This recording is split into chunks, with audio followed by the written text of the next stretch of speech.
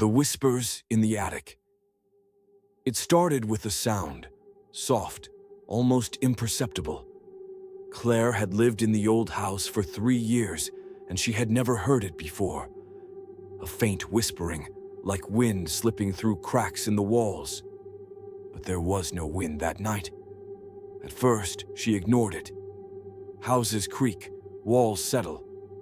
But as the nights passed, the whispering grew more distinct.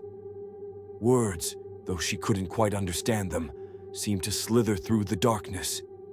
One night, unable to bear it any longer, Claire grabbed a flashlight and climbed the attic ladder. The air was thick with dust, the wooden boards groaning under her weight. The whispering stopped.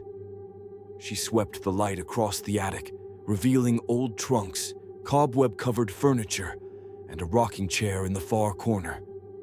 It was moving, ever so slightly. Her breath caught in her throat. There was no draft, no open window. The whispering resumed. This time, it was right behind her.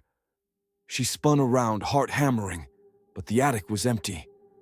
A chill ran down her spine as she realized the whispers weren't coming from the room. They were coming from inside the walls. Claire bolted down the ladder, slamming the attic door shut behind her. She didn't sleep that night. The whispers continued, growing louder, more insistent.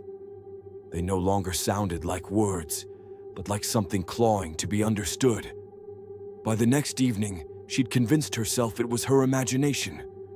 She poured a glass of wine, turned on the TV, and tried to forget. Then, the attic door creaked open on its own. Claire froze. A shadow moved at the top of the stairs, not a trick of the light. Something was there. The whispering turned into a ragged, rasping breath. A footstep, then another. Claire ran. She never saw what came down those stairs, but she heard it. A wet, dragging sound, like something crawling after her. She didn't stop running until she was in her car, speeding away from the house she would never return to. A week later, the new owners arrived. They didn't believe her story.